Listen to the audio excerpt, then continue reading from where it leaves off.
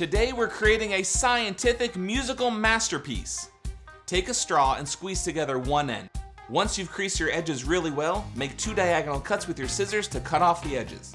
You just created a reed, which will allow you to create a vibration as you blow air through the straw. That sounds fantastic, and you can actually feel the vibration as you blow the air through the straw. Don't forget, all sounds are made from vibrations. What if we change the length of the straw?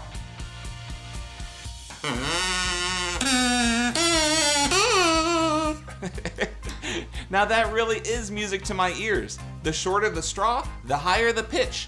Experiment with different lengths or even straws that have different diameters to see what sounds you can produce. And remember, until next time, keep learning full steam ahead.